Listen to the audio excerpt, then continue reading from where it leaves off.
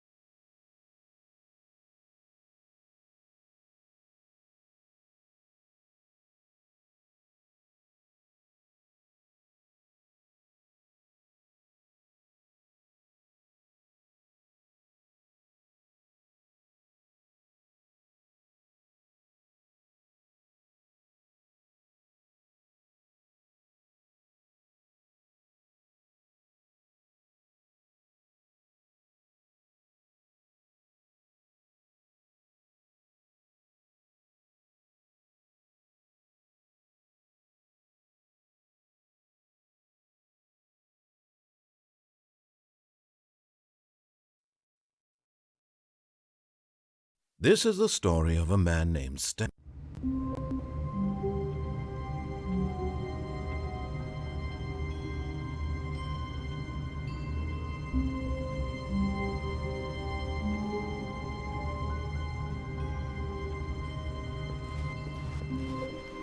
All of his co-workers were gone. What could it mean? Stanley decided to go to the meeting room. Perhaps he had simply missed a memo.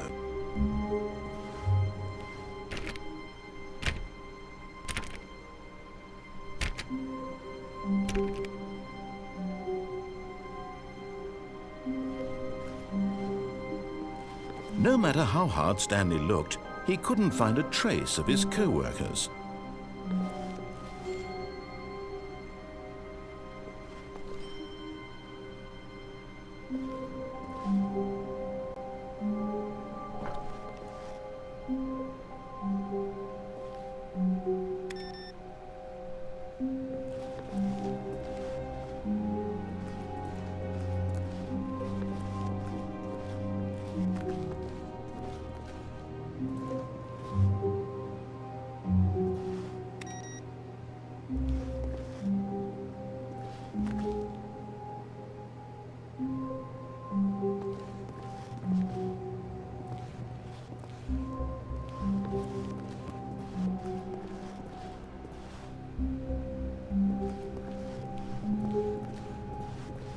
When Stanley came to a set of 2 open doors, he entered the door on his left.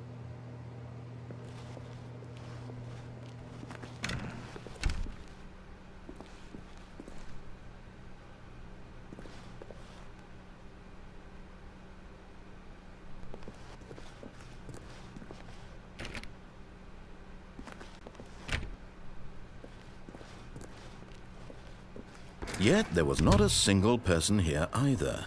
Feeling a wave of disbelief, Stanley decided to go up to his boss's office, hoping he might find an answer there.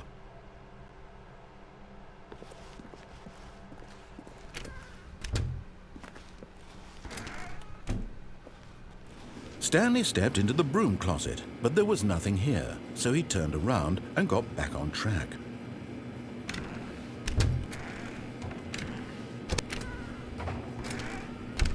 There was nothing here.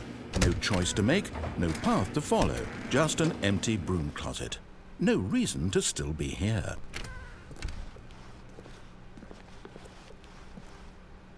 Coming to a staircase, Stanley walked upstairs to his boss's office.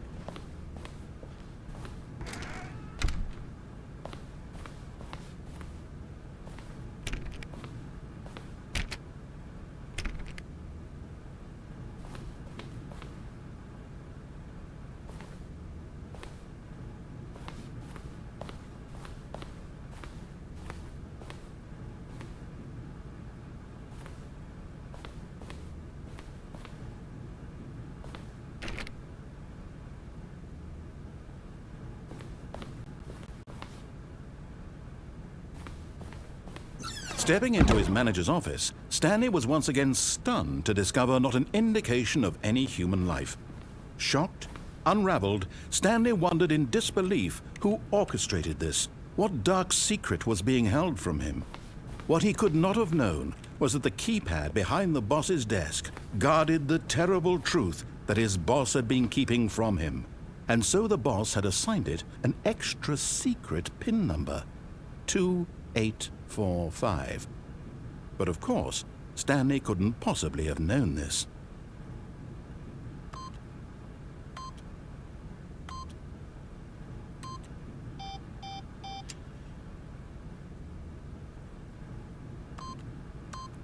Stanley just sat around twiddling it. Stanley simply began entering random codes into the keypad, knowing full well the sheer statistical unlikelihood that this would ever result in a correct combination. If he knew that the combo was 2845, it would be another story entirely. But no, 2845.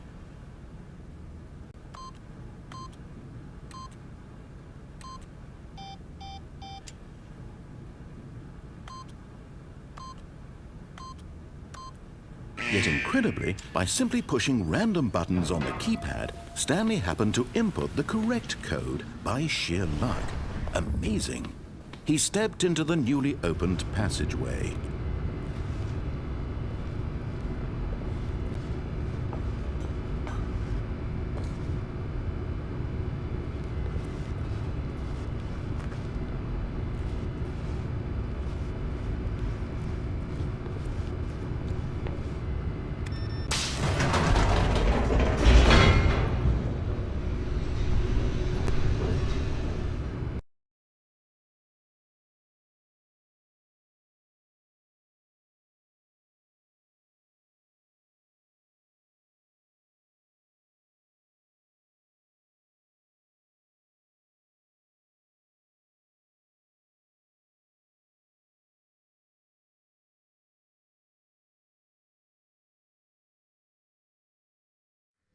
Descending deeper into the building, Stanley realized he felt a bit peculiar. It was a stirring of emotion in his chest, as though he felt more free to think for himself, to question the nature of his job. Why did he feel this now, when for years it had never occurred to him? This question would not go unanswered for long.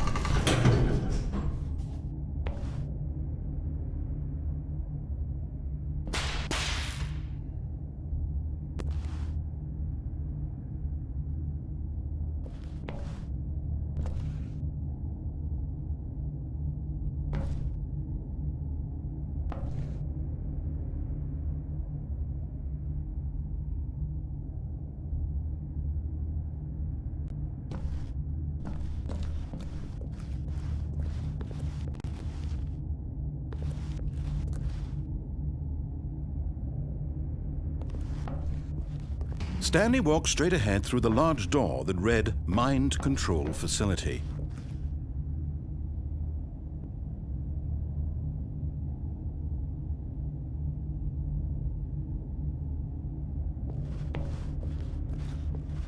Although this passageway had the word Escape written on it, the truth was that at the end of this hall, Stanley would meet his violent death.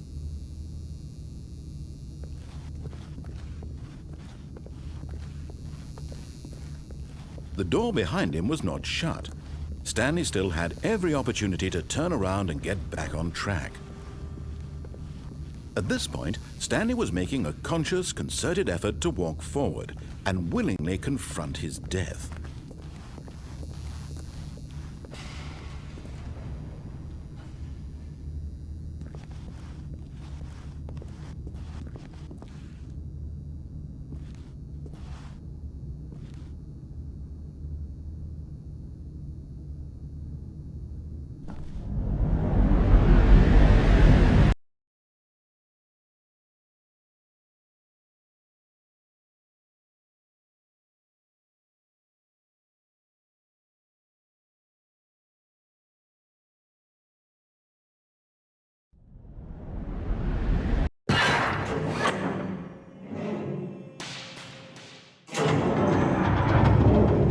As the machine whirred into motion and Stanley was inched closer and closer to his demise, he reflected that his life had been of no consequence whatsoever.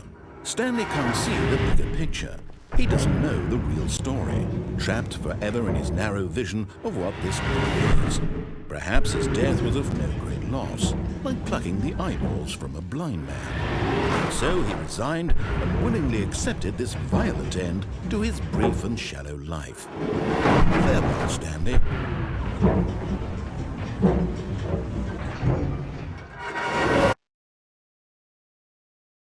"Farewell, Stanley," cried the narrator, as Stanley was led helplessly into the enormous metal jaws. In a single visceral instant, Stanley was obliterated as the machine crushed every bone in his body, killing him instantly.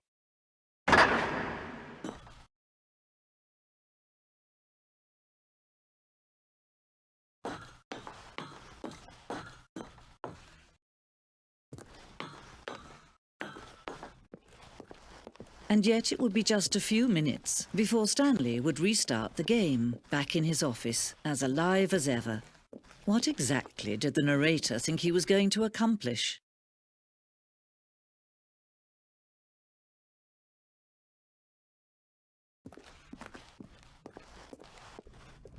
When every path you can walk has been created for you long in advance, death becomes meaningless, making life the same.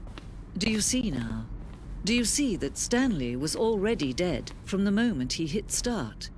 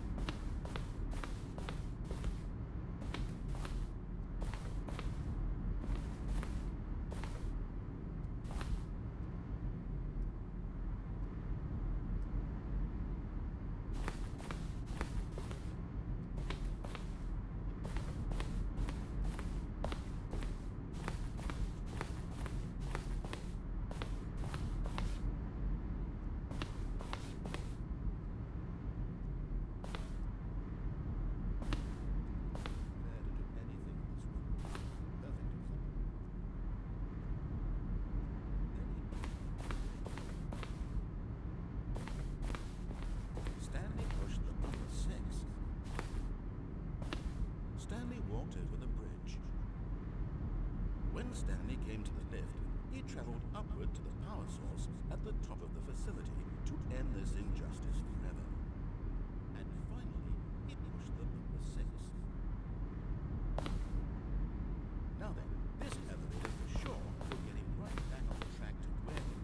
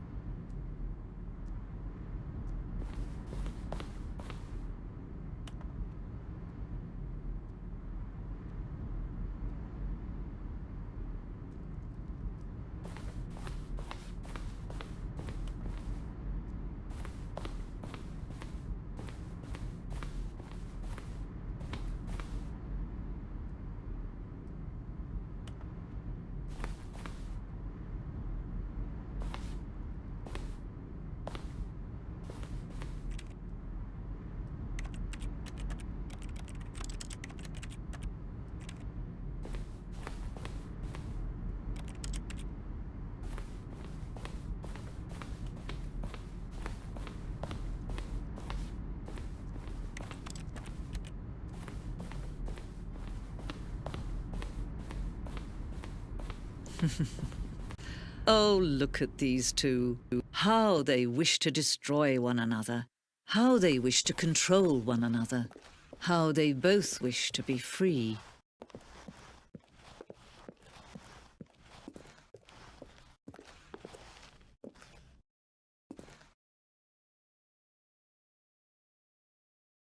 Can you see? Can you see how much they need one another? No, perhaps not. Sometimes these things cannot be seen. But listen to me. You can still save these two. You can stop the program before they both fail. Push escape and press quit.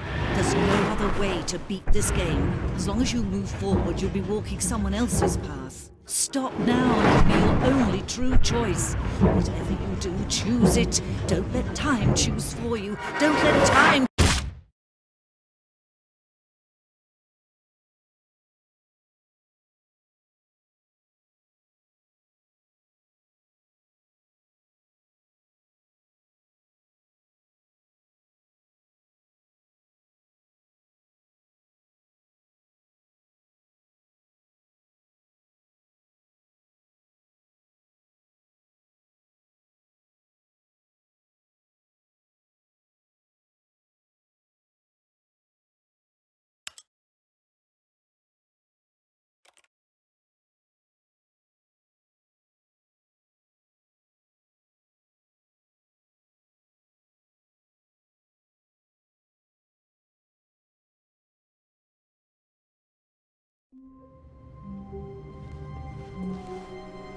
How wonderful. Stanley was alone. Finally. This is great, he thought to himself. This is what I've wanted all along. I got what I wanted. When Stanley came to a set of 2 open doors, he entered the door on his left.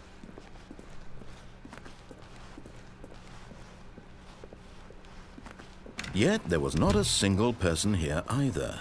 Feeling a wave of disbelief, Stanley decided to go up to his boss's office, hoping he might find it. Coming to a staircase, Stanley walked upstairs to his boss's office.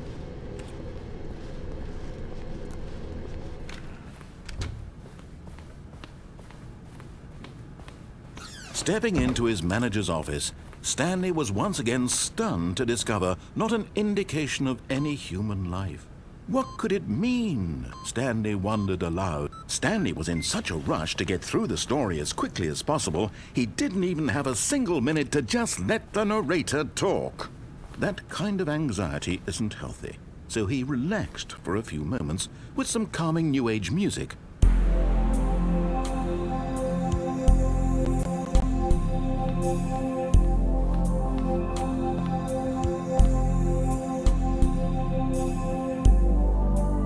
Feeling soothed and rejuvenated, Stanley calmly walked forward into the opened passageway.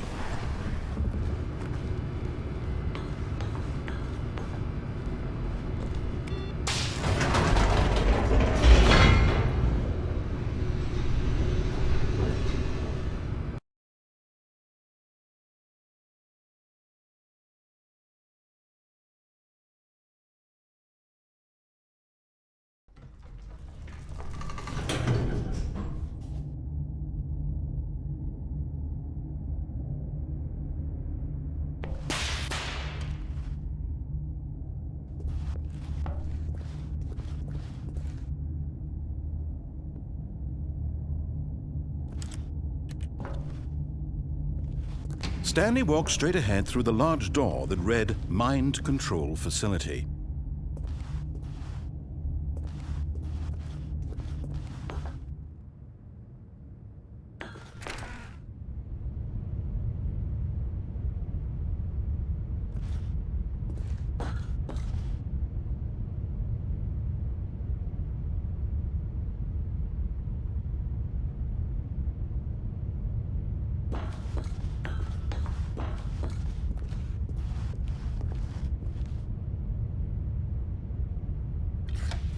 The lights rose on an enormous room packed with television screens. What horrible secret did this place hold? Stanley thought to himself. Did he have the strength to find out?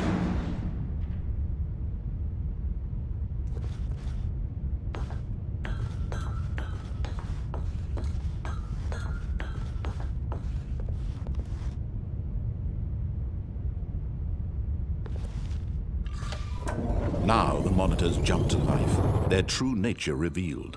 Each bore the number of an employee in the building, Stanley's co-workers. The lives of so many individuals reduced to images on a screen, and Stanley, one of them, eternally monitored in this place where freedom meant nothing.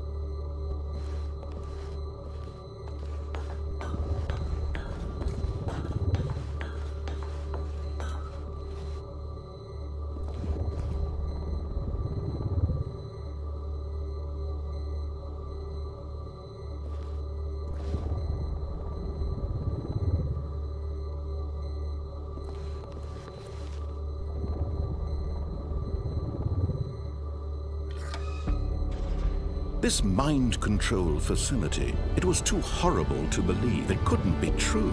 Had Stanley really been under someone's control all this time? Was this the only reason he was happy with his boring job? That his emotions had been manipulated to accept it blindly?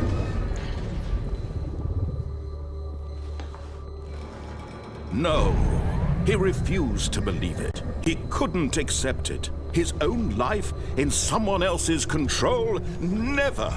It was unthinkable, wasn't it? Was it even possible?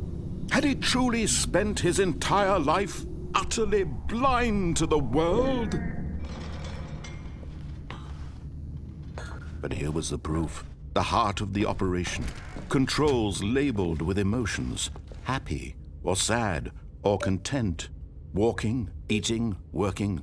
All of it monitored and commanded from this very place. And as the cold reality of his past began to sink in, Stanley decided that this machinery would never again exert its terrible power over another human life. For he would dismantle the controls once and for all.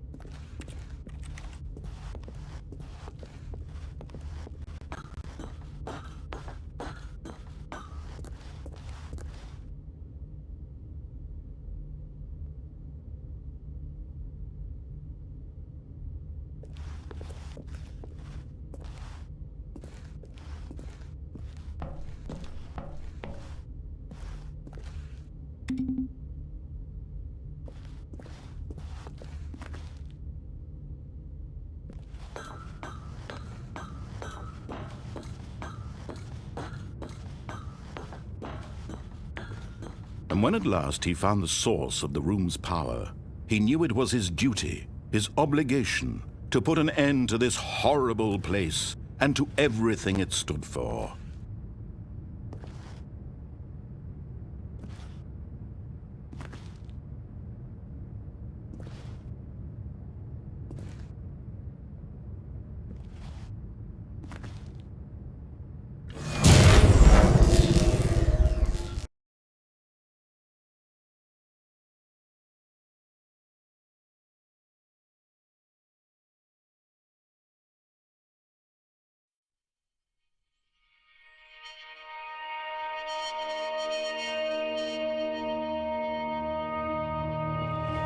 Blackness, and a rising chill of uncertainty. Was it over? Yes!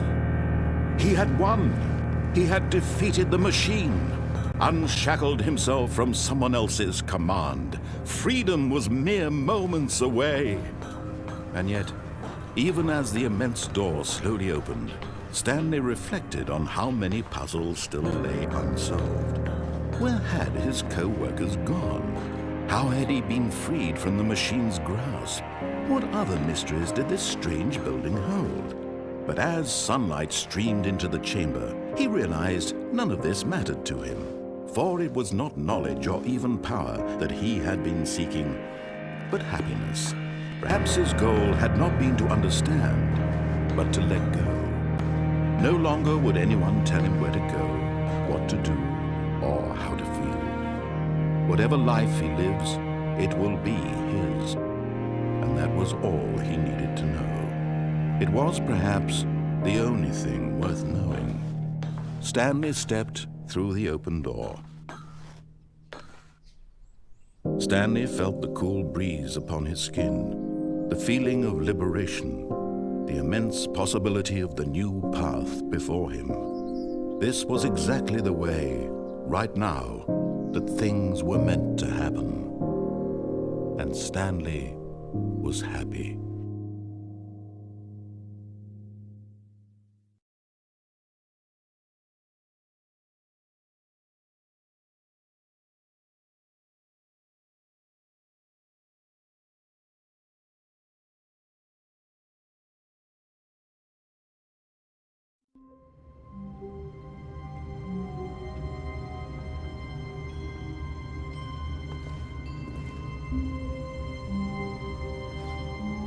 All of his co-workers were gone. What could it mean? Stanley decided to go to the meeting room. Perhaps he had simply missed a memo.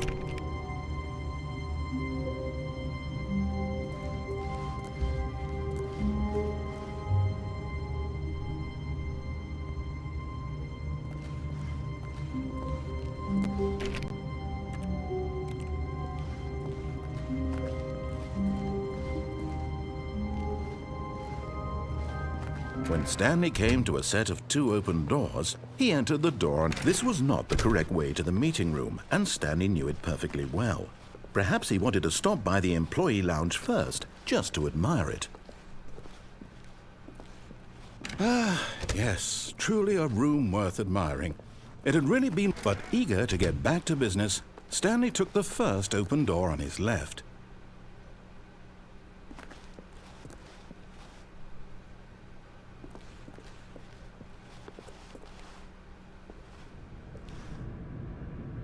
Stanley was so bad at following directions, it's incredible he wasn't fired years ago.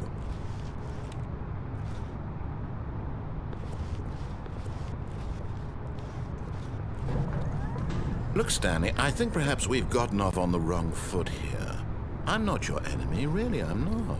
I realize that investing your trust in someone else can be difficult, but the fact is that the story has been about nothing but you all this time. There's someone you've been neglecting, Stanley. Someone you've forgotten about. Please, stop trying to make every decision by yourself. Now, I'm not asking for me, I'm asking for her.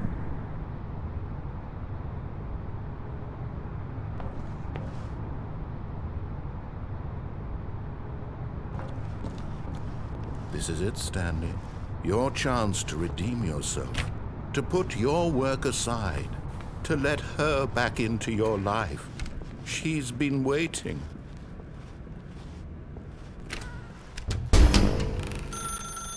That's her, Stanley.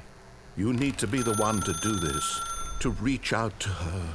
If you can truly place your faith in another... Oh, no, you can't... Did you just unplug the phone? No, that wasn't supposed to be a choice. How did you do that? You actually... chose incorrectly? I didn't even know that was possible. Let me double check. No, it's definitely here, clear as day. Stanley picks up the phone. He's taken to his apartment where he finds his wife, and the two pledge themselves to one another. Music comes in, fade to white, roll credits. Not picking up the phone is actually somehow an incorrect course of action. How is that even possible? None of these decisions were supposed to mean anything. I don't understand. How on earth are you making meaningful choices? What did you... Wait a second. Did I just see... No, that's not possible. I can't believe it. How had I not noticed it sooner? You're not Stanley. You're a real person. I can't believe I was so mistaken. This is why you've been able to make correct and incorrect choices. And to think I've been letting you run around in this game for so long. If you'd made any more wrong choices, you might have negated it entirely. It's as though you completely ignored even the most basic safety protocol for real-world decision-making. Or did you not grasp the severity of the situation? Well, I won't have that kind of risk on my watch. I'm going to stop the game for a moment so we can educate you properly on safe decision-making in the real world. Please observe this helpful instructional video. Choice. It's the best part of being a real person. But if used incorrectly, can also be the most dangerous. For example, in this scenario, a hypothetical real person named Stephen has a choice. He could spend years helping improve the quality of life for citizens of impoverished third world nations. Or he could systematically set fire to every orphan living in a 30-kilometer radius of his house. Which choice would you make? Remember that unlike here, the real world makes sense, and at no time should you make a choice that does not conform to rational logic. If you find yourself speaking with a person who does not make sense, in all likelihood, that person is not real.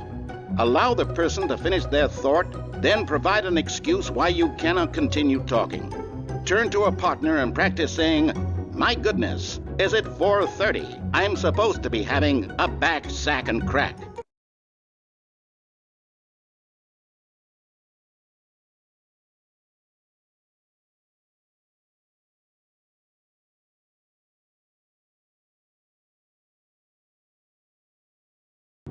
Excellent. Making choices on a regular basis is the best part to a healthy decision-making process. Most medical professionals recommend making at least 8 choices per day. Do you make more than 8? Less? And finally, if you begin to wonder if your choices are actually meaningful and whether you'll ever make a significant contribution to the world, just remember that in the vast infiniteness of space, your thoughts and problems are materially insignificant, and the feeling should subside. At this time, your instructor will guide you in an exercise to test and reinforce the material covered in this video. Welcome back. You may have noticed that this room has begun to deteriorate as a result of narrative contradiction. But not to worry. Now that you're properly informed on good decision-making, we're going to revisit a choice you made just a few minutes ago and see what the correct thing to do would have been. This way, please.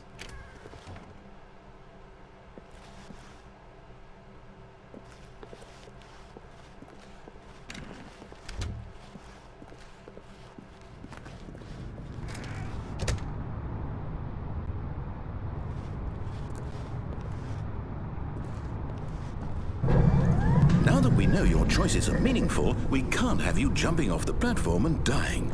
Imagine the main character dying senselessly halfway through the story. That story would make no sense at all. We just need to get you home as soon as possible before the narrative contradiction gets any worse. Unfortunately, it seems this place is not well equipped to deal with reality.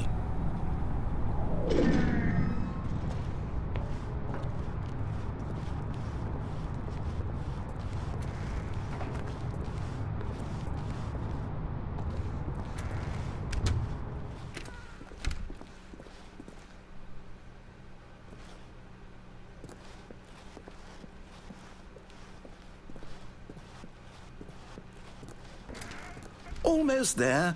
You'll take the door on the left, back to the correct ending, the story will have resolution once again, and you'll be home free in the real world. Now remember, all you need to do is behave exactly as Stanley would. That means choosing responsibly and always putting the story first. I'm quite sure you'll be up to the task. Just follow my lead and you'll be fine. All right. When Stanley came to a set of 2 open doors, he entered the door on his left.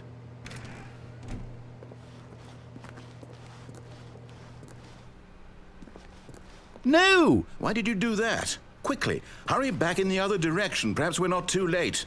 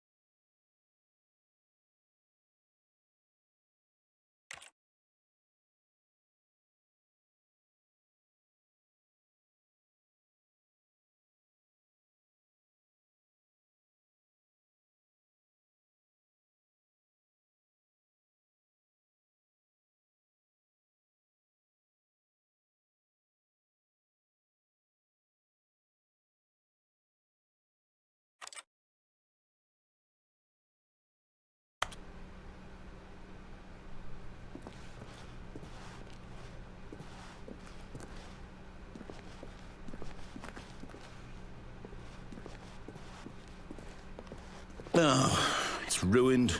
I can't believe, after everything we talked about, that my story, you've destroyed my work. Why? For what? What did you get out of that? What did you think was so special about seeing the game undone, left here like so much garbage? It's worthless now. And what am I supposed to do? Even if there were a way to continue, would it be worth it? To know that my story is now incorrect? How can I go back to that? I can't erase that knowledge. I'll have to live with it forever, reliving its impossibility forever. I couldn't live that way. Is it better to shut the game down entirely? To willingly destroy all of my work? I don't know.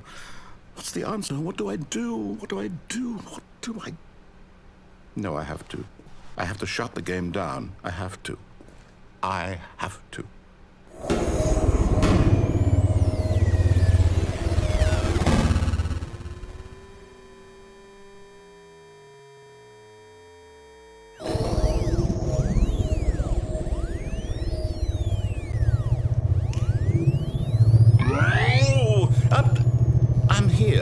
I'm still here in this pile of rubbish, with you who thought you were so clever. Now look where we are. My entire game is destroyed. It was the only thing in the world that was mine, and you've run it into the ground. What, did you think that would be funny? You just had to see? Didn't I impress upon you how important it was to be like Stanley? He actually knows how to do what I tell him to. He understands that if I say to do something, there's a damn good reason for it. That thought hadn't even occurred to you, had it? That there's a world outside of you? You're a child. Oh, my story. If you'd just gone through the door on the left, you would have seen it. There was a whole underground facility. You would have destroyed it and been victorious. It would have been so perfect. I worked so hard on it. I tried so hard. Behave exactly as Stanley would. That means choosing responsibly and always putting the story first. I'm quite sure you'll be up to the task. Just follow my lead and you'll be fine. All right. When Stanley came to a set of 2 open doors, he entered the door on his left.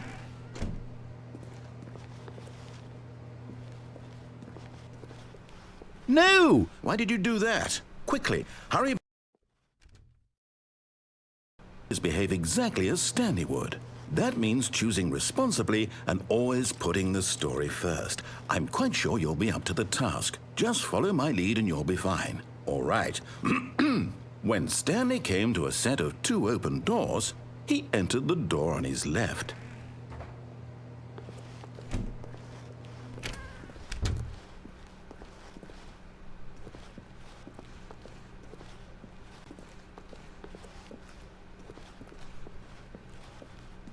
Yet there was not a single person here either. Feeling a wave of disbelief, Stanley decided to go up to his boss's office, hoping he might find an answer there.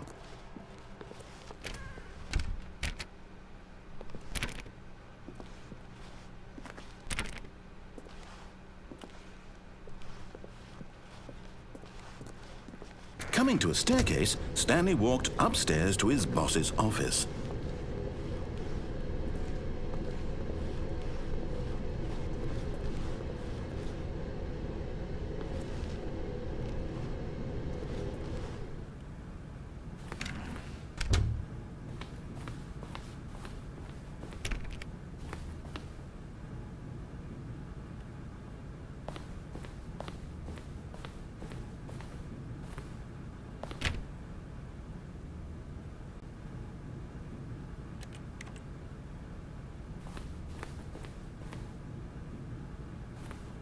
Stepping inside his manager's office, Stanley was once again stunned to discover not an indication of any human life. Shocked, unraveled, Stanley wondered in disbelief who orchestrated this, until he saw the door with a voice receiver next to it. Surely behind this door lay all the answers to his questions. And beyond all probability, he knew the passcode. He had seen it on his boss's computer just last week. Nightshark 115. Was this the code to open the door? Would it still work? There was only one way to find out. Stanley had been trained never to speak up, but now he would draw from within himself the courage to face the unknown. He drew a sharp breath and then spoke the code.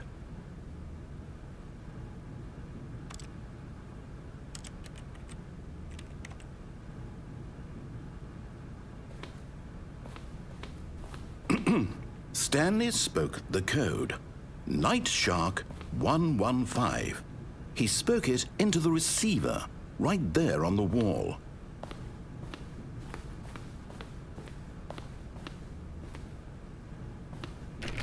I'm sorry, is there a problem? You didn't mishear me, did you? Please speak the code into the receiver.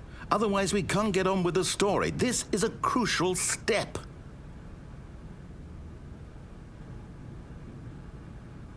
Okay, fine, you're not going to do it, but you know what? It's pretty humiliating to bring you this far, only for you to suddenly decide you have better things to do. I asked you for this one single thing, for your respect. The kind of respect Stanley shows for his choices. He knows what it means to take a story seriously. If you didn't want to see what I had to show you, then why did you come here? You had a choice, you know. You could have gone through the door on the right. You could have done whatever the hell you wanted over there. Why did you come this way? Speak. Say something to me. Explain yourself, you coward. When Stanley came to a set of 2 open doors, he entered the door on his left. Stanley? Hello? Are you... Is everything okay?